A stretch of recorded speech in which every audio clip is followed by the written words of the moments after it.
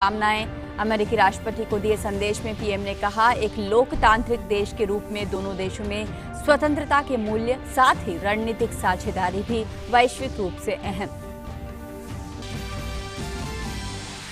कोविड-19 संक्रमण के नए मामलों में कमी जारी। पिछले 24 घंटों में 43,071 दैनिक नए मामले दर्ज किए गए। रिकवरी दर बढ़कर हुई 97.09%। अब तक 35 करोड़ 12 लाख से ज्यादा को लगे कोरोना रोधी टीके।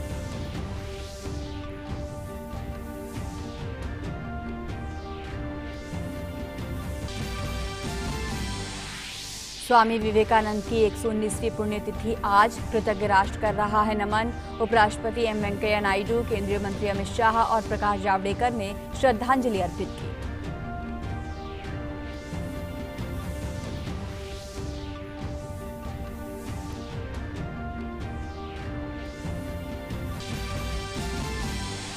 फिलीपीन सेना का हवाई जहाज दुर्घटनाग्रस्त। 3 पायलट और 5 क्रू सदस्य सहित 29 लोगों की मौत।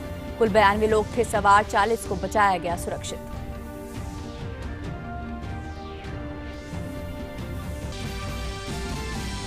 और खेलों की दुनिया में यूरो कप फुटबॉल टूर्नामेंट के सेमीफाइनल मुकाबले तय। पहले सेमीफाइनल में स्पेन का इटली से होगा सामना, वहीं दूसरे सेमीफाइनल मैच में इंग्लैंड और डेनमार्क होंगे आमने सामने।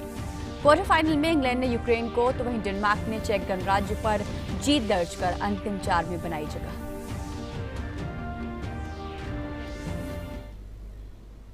नमस्कार, समाचार विस्तार से। भाजपा नेता पुष्कर सिंह धामी उत्तराखंड के नए मुख्यमंत्री होंगे। उन्हें आज शाम देहरादून के राजभवन में मुख्यमंत्री पद की शपथ दिलाई जाएगी।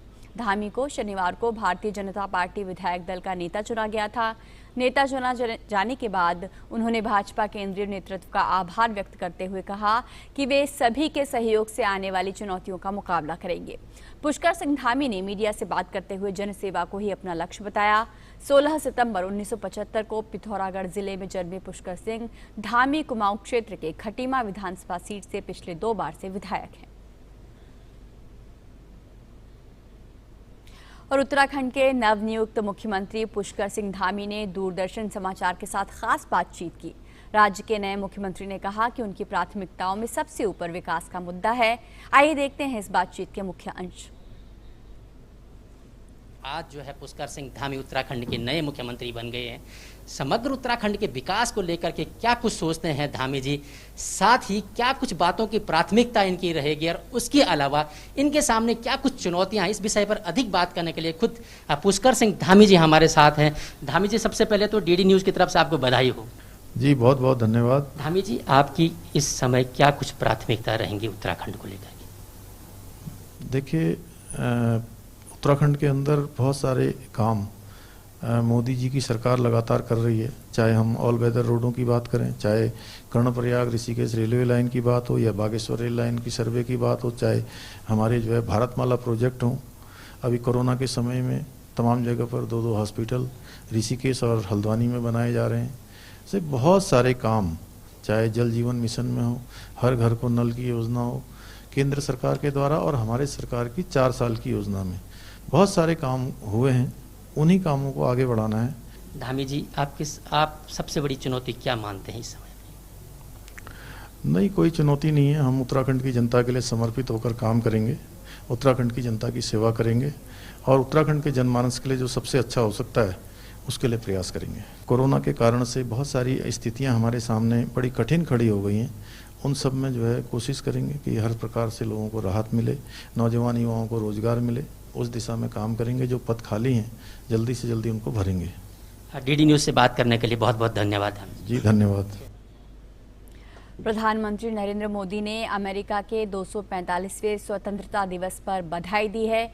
उन्होंने अपने ट्वीट संदेश में कहा है कि अमेरिकी राष्ट्रपति जो बाइडेन और अमेरिका के लोगों को उनके 245वें स्वतंत्रता दिवस पर बधाई। एक जीवंत लोकतंत्र के रूप में भारत और अमेरिका स्वतंत्रता और स्वतंत्रता के मूल्यों को साझा करते हैं। हमारी रणनीतिक साझेदारी का वास्तव में वैश्विक महत्व है।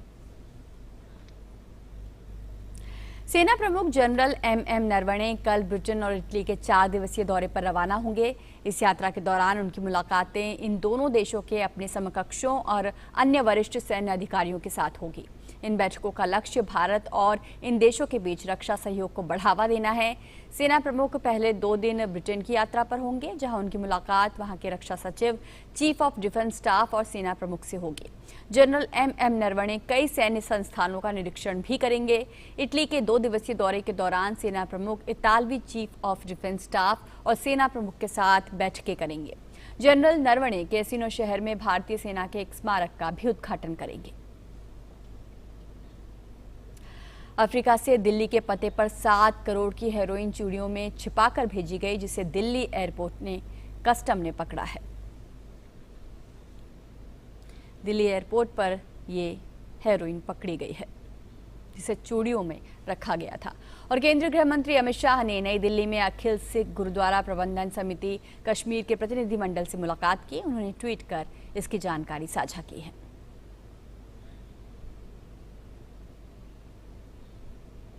देश में कोरोना की रफ्तार लगातार कम हो रही है। पिछले 24 घंटों में 43,071 दैनिक नए मामले दर्ज किए गए हैं। अब सक्रिय मामलों की संख्या घटकर 4,85,350 हो गई है। वहीं पिछले 24 घंटों में 52,299 लोग ठीक हुए हैं। रिकवरी दर बढ़कर 97.09% हो गई है। साप्ताहिक पॉजिटिविटी रेट 2.44% हो गई है। वहीं दैनिक पॉजिटिविटी रेट 2.34% है।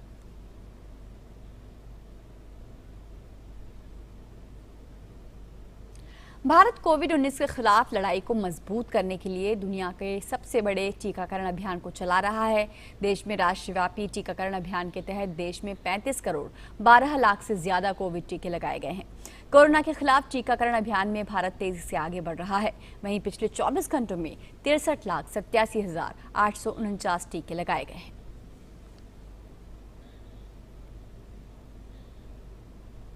भारतीय आयुर्विज्ञान अनुसंधान परिषद यानी ICMR के मुताबिक पिछले 24 घंटों में 18,38,490 कोविड सैंपल की जांच हुई है।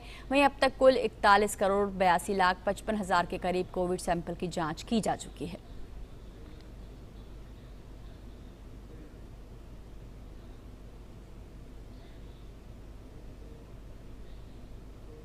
और कर्नाटक सरकार ने कोरोना संक्रमण की रोकथाम के लिए जारी प्रतिबंधों में कुछ और ढील देने की घोषणा की है।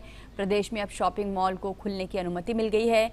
मॉल के दुकानदारों ने बताया है कि केवल वैक्सीन लगे हुए लोगों को ही भीतर आने की अनुमति दी जाएगी। उन्होंने बताया कि ज्यादातर मॉल के कर्मचारियों को वैक्सीन लगा दी गई है। उन्होंने कल से बिजनेस की गति पकड़ने की उम्मीद भी जताई है।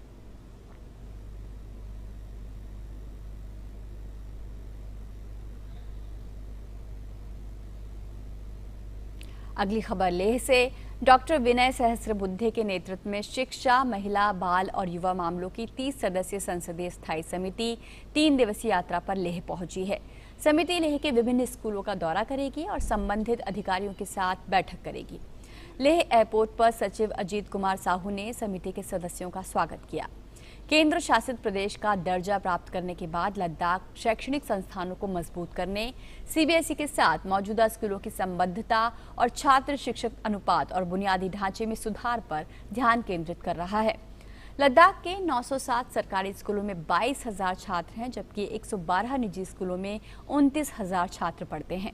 लद्दाख प्रशासन एक छात्र को शिक्षित करने में 3,59,000 रुपए खर्च करती है।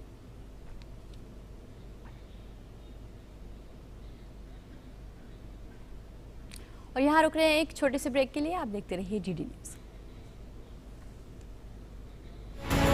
To bolster the confidence of the parents who are watching the show, your message, Dr. Biswas, is very important.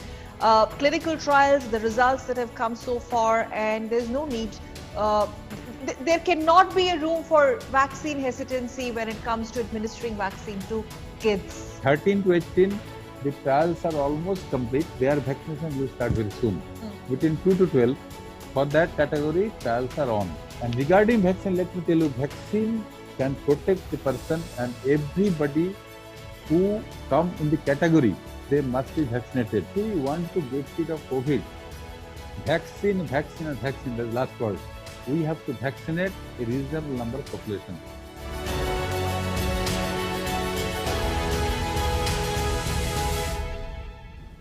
Break के बाद आपका स्वागत है। उत्तर प्रदेश के सुल्तानपुर में मुख्यमंत्री योगी आदित्यनाथ वृक्षारोपण कार्यक्रम में शामिल हुए। प्रदेश में आज 25 करोड़ पौधे रोपित किए जाएंगे। उत्तर प्रदेश में वृहद वृक्षारोपण कार्यक्रम के तहत वर्ष 2021 में 30 करोड़ पौधों को रोपित करने का लक्ष्य रखा गया है। इसके अंतर्गत 25 करोड़ पौधे 4 जुलाई को और बाकी 5 करोड़ पौधों को जुलाई में वर्षा के अनुसार रोपित किया जाना लक्षित है।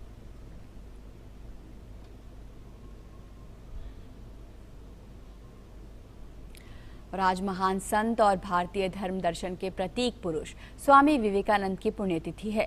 इस मौके पर उपराष्ट्रपति एम वेंकैया नायडू ने उन्हें श्रद्धांजलि अर्पित की। अपने ट्वीट संदेश में उन्होंने कहा कि देश के सबसे प्रसिद्ध आध्यात्मिक गुरुओं में से एक स्वामी विवेकानंद भावुक राष्ट्रवादी, दूरदर्शी विचारक, उत्कृष्ट वक्ता और असाधारण बुद्धिजीवी थे। उन्होंने सार्वभौमिक भाईचारे और विश्व शांति को बढ़ावा देने का प्रयास किया। उपराष्ट्रपति ने कहा कि स्वामी विवेकानंद ने महान भारत और इसकी समृद्ध संस्कृति की ओर दुनिया का ध्यान आकर्षित करने में महत्वपूर्ण भूमिका निभाई। उनका प्रतिष्ठित जीवन और बहुमूल्य शिक्षाएं सभी के लिए मार्गदर्शक बनी हुई हैं। वहीं केंद्रीय गृह मंत्री अमित शाह ने स्वामी विवेकानंद को श्रद्धांजलि देते हुए कहा कि युग प्रवर्तक स्वामी विवेकानंद जी मात्र एक व्यक्ति नहीं बल्कि एक अमर विचार, एक समृद्ध जीवन शैली हैं। वे राष्ट्र निर्माण में अस्पृश्यता व जातिवाद को बड़ी बाधा मानते थे। उन्होंने युवाओं में नई चेतना जागृत कर उन्हें सशक्त भारत के निर्माण में अपना योगदान देने के लिए प्रेरित किया। भारतीयता, अनंत ज्ञान व ऊर्जा के पर्याय स्वामी विवेकानंद जी ने अपने उपदेशों, प्रेरक विचारों व पुरुषार्थ से राष्ट्र के साथ साथ मानव जाति के उत्थान और कल्याण का मार्ग प्रशस्त किया। उन्होंने भारत के दर्शन और संस्कृति को विश्व में गुंजायमान किया। केंद्रीय सूचना और प्रसारण मंत्री प्रकाश जावड़ेकर ने स्वामी विवेकानंद की पुण्यतिथि पर लिखा, विश्व को शांति और समता का संदेश देने वाले एवं प्रत्येक व्यक्ति के जीवन को प्रकाशमय एवं प्रेरित करने वाले स्वामी विवेकानंद जी को उनकी पुण्यतिथि पर विनम्र श्रद्धांजलि। और अब कुछ अंतर्राष्ट्रीय खबरें। फिलीपींस के दक्षिणी इलाके में लैंडिंग के समय मिलिट्री ट्रांसपोर्ट एयरक्राफ्ट C-130 हेरक्युलस दुर्घटनाग्रस्त हो गया है। दुर्घटना के समय इस विमान पर 92 लोग सवार थे। राहत और बचाव में जुटे लोगों ने विमान से 40 लोगों को सुरक्षित बाहर निकाल लिया है। बचाव कर्मियों को अब तक 29 लोगों के शव मिल चुके हैं। अभी तक दुर्घटना के कारणों का पता नहीं चल सका है। विमानन अधिकारियों ने फिलीपींस एयरफोर्स के नेतृत्व में इस हादसे की जांच शुरू कर दी है। वहीं कनाडा के पश्चिमी क्षेत्र केंद्रीय ब्रिटिश कोलंबिया में 135 से ज्यादा जगहों पर आग लगने की घटनाएं जारी हैं। मौसम वैज्ञानिकों ने इस सप्ताह और ज्यादा बिजली कड़कने की चेतावनी दी है, जो तेज हवाओं से जंगल की आग को और भड़का सकती है। 30 जून और 1 जुलाई के बीच ब्रिटिश कोलंबिया और पश्चिमी अल्बर्टा में 7,10,000 बिजली कड़कने की घटनाएं सामने आई, जो कि सामान्य से 10 गुना ज्यादा है। अंतरिक्ष वैज्ञानिक क्रुश विगास्की ने बताया कि पिछले 5 सालों के दौरान इसी समयावधि में औसतन 8,300 बिजली कड़कने की घटनाएं सामने आई हैं। इस सप्ताह तक आग लगने की करीब 1 लाख हेक्टेयर भूमि के प्रभावित होने का अनुमान है। आग से प्रभावित इलाकों से अब तक 1300 से ज्यादा घरों को खाली कराया गया है। लापता हुए लोगों को परिवारों से मिलाने के लिए रेड क्रॉस ने फोन लाइन सेवा भी शुरू की है। ब्रिटिश कोलंबिया का प्रशांत क्षेत्र अभूतपूर्व गर्मी से उबर रहा है। हीट वेव की वजह से 719 से ज्यादा लोगों की यहां मौत हो चुकी है, जो पहले की तुलना में औसत से 3 गुना ज्यादा है। हीट वेव के दौरान लिटन शहर में तापमान 49.6 डिग्री सेल्सियस दर्ज किया गया, जो कि कनाडा का पिछले 80 सालों का सबसे ज्यादा दर्ज तापमान रहा। और अब रुक करते हैं खेल के मैदान का। यूरो 2020 के दूसरे सेमीफाइनल का लाइनअप भी तय हो गया है। बुधवार को वेम्बले में होने वाले सेमीफाइनल में इंग्लैंड का सामना डेनमार्क के साथ होगा। इंग्लैंड ने कल खेले गए क्वार्टर फाइनल मुकाबले में यूक्रेन को 4-0 से पराजित किया। वहीं डेनमार्क ने चेक रिपब्लिक को 2-1 से हराकर सेमीफाइनल में अपनी जगह पक्की की। इंग्लैंड ने शानदार प्रदर्शन करते हुए यूरो 2020 के क्वार्टर फाइनल में यूक्रेन को 4-0 से मात दी। इंग्लैंड के लिए हैरी केन ने चौथे और 50वें मिनट में 2 गोल किए। हैरी मैग्वायर ने 46वें मिनट में गोल किया। टीम का चौथा गोल 63वें मिनट में सब्स्टिट्यूट जॉर्डन हैंडरसन ने किया। ये 62 मुकाबलों में हैंडरसन का पहला अंतर्राष्ट्रीय गोल रहा। यूक्रेन की टीम इस मैच में इंग्लैंड के लिए कोई खास परेशानी पेश नहीं कर पाई। इंग्लैंड ने 2018 के फुटबॉल विश्व कप में भी अंतिम 4 में जगह बनाई थी। इंग्लैंड ने लगातार 5वें मैच में क्लीन शीट बनाए रखी और यूरो 2020 में विरोधी टीम को कोई गोल नहीं करने देने का रिकॉर्ड बरकरार रखा। एक अन्य क्वार्टर फाइनल में डेनमार्क ने चेक रिपब्लिक को 2-1 से मात देकर सेमीफाइनल में प्रवेश किया। अंतिम 16 के मुकाबले में डेनमार्क ने वेल्स को हराया था। एक बार फिर शानदार प्रदर्शन करते हुए डेनमार्क ने मजबूत खिलाड़ियों से भरी चेक टीम को हराने में कामयाबी पाई। 5वें मिनट में थॉमस डेलेनी ने डेनमार्क के लिए पहला गोल किया। वहीं 42वें मिनट में कैस्पर डोलबर्ग ने गोल कर टीम को हाफ टाइम से ठीक पहले 2-0 की बढ़त दिला दी। पैट्रिक शिक ने 49वें मिनट में चेक टीम के लिए एकमात्र गोल किया। ये टूर्नामेंट में उनका 5वां गोल रहा और इसके साथ वे गोल्डन बूट की रेस में पुर्तगाल के क्रिस्टियानो रोनाल्डो के बराबर आ गए। डेनमार्क ने अंत तक 2-1 की बढ़त बरकरार रखी और मैच अपने नाम किया। अब बुधवार को वेम्बली में होने वाले सेमीफाइनल में डेनमार्क का सामना इंग्लैंड से होगा। Sports desk, DD news. और पिछले 2 ओलंपिक से बैडमिंटन में देश के लिए 2 पदक आए हैं। ऐसे में एक बार फिर से टोक्यो में होने वाले ओलंपिक खेलों में बैडमिंटन से पदक की उम्मीद की जा रही है। हालांकि इस बार केवल 4 बैडमिंटन खिलाड़ी ही ओलंपिक में देश का प्रतिनिधित्व करते नजर आएंगे। महिला एकल में रियो ओलंपिक की रजत पदक विजेता पीवी सिंधु एक बार फिर से पदक की दावेदारी पेश करेंगी, तो वहीं पुरुष एकल में साई प्रणीत से खेल प्रेमी पदक की उम्मीद कर रहे हैं। इसके अलावा पुरुष युगल में सात्विक साईराज और चिराग शेट्टी की जोड़ी कोर्ट पर उतरेगी। भारतीय टीम के मुख्य कोच पी गोपीचंद टोक्यो में इन खिलाड़ियों से पदक की उम्मीद कर रहे हैं। किस तरह की तैयारी चल रही है? अगर हम ओलंपिक की बात करें तो कुछ विदेशी कोच हायर किए गए हैं जो आपको असिस्ट करेंगे। सभी का प्रिपरेशन अच्छी तरह से हो रहा है। हमारे पास बैडमिंटन एसोसिएशन ऑफ इंडिया और स्पोर्ट्स अथॉरिटी ऑफ इंडिया की सहयोग से अच्छे कोचेस का नियम हुआ है। सो मेंस सिंगल्स में अगुस्ट जो कोच है वो काम कर रहे हैं। विमेन सिंगल्स के लिए पार्क जो कोरियन कोच है वो काम कर रहे हैं और मेंस डबल्स के लिए मैथायस बो जो डेनमार्क ओलंपिक मेडलिस्ट है वो कोच के तौर पे काम कर रहे हैं। तो हमें बहुत अच्छी सहयोग मिली है और इसके वजह से हमारे प्रिपरेशंस भी अच्छी तरह से हो रहे हैं।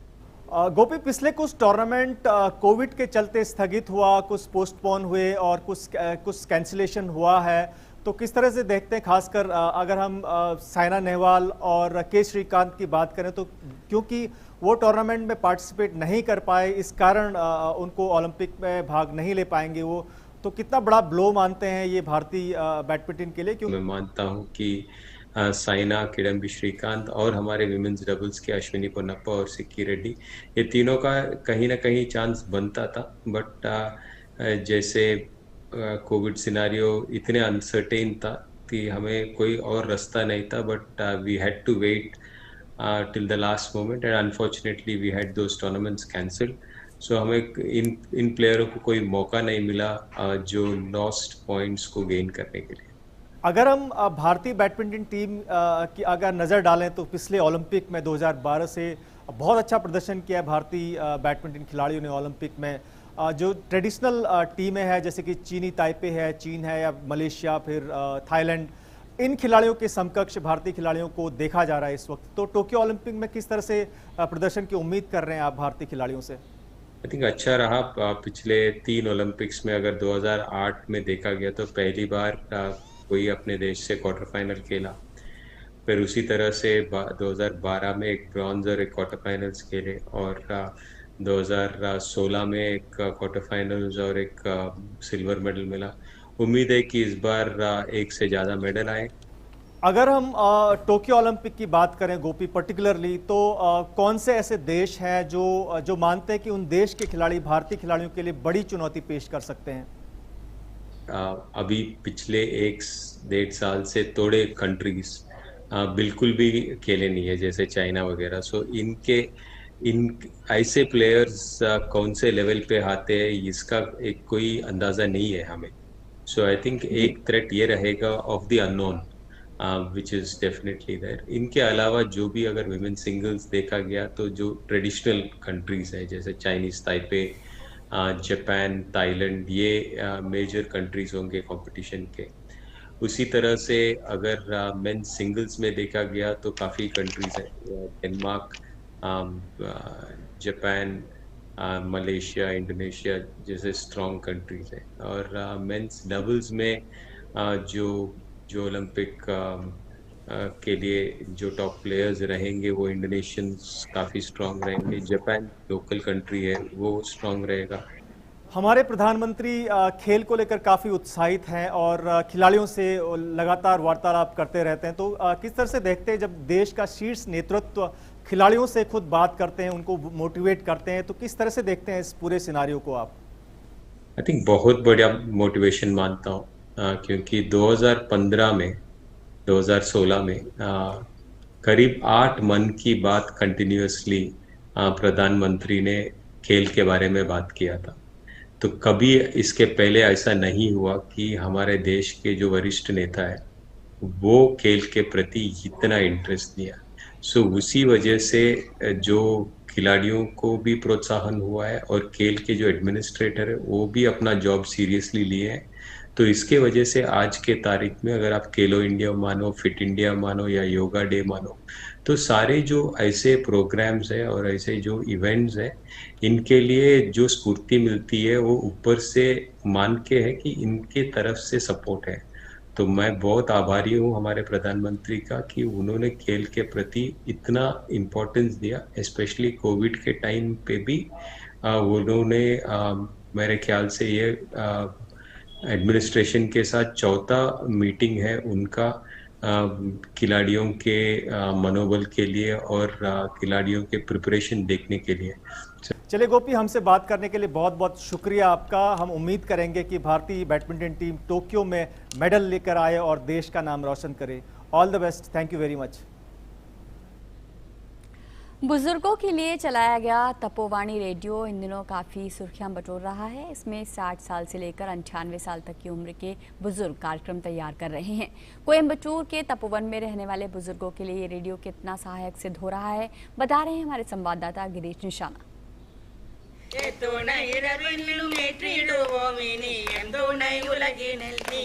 कहते हैं सीखने की कोई उम्र नहीं होती। जी हाँ, कोरोना महामारी के दौरान भी 60 से 98 साल तक की उम्र के ये बुजुर्ग अपने श्रोताओं के लिए कार्यक्रम तैयार करने में जुटे हुए हैं।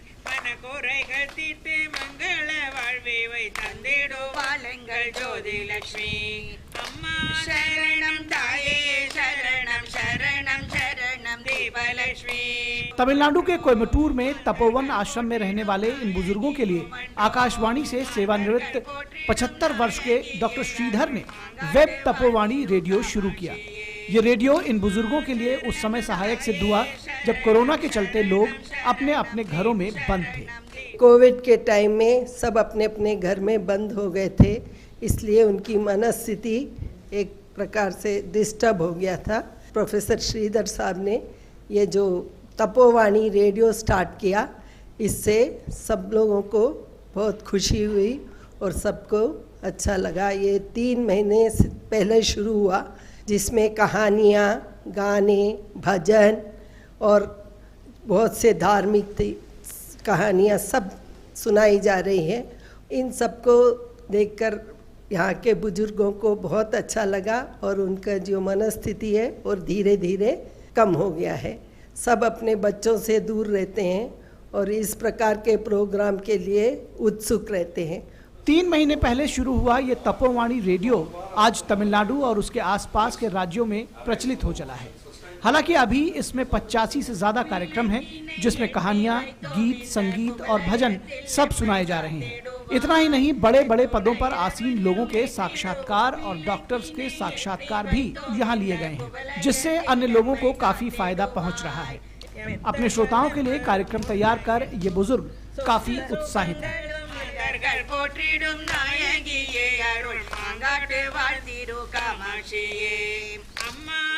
ब्यूरो इनपुट्स के साथ गिरीश निशाना की रिपोर्ट, डीडी न्यूज। तो इस समाचार बुलेटिन में फिलहाल इतना ही। हमें दीजिए आज्ञा। नमस्कार।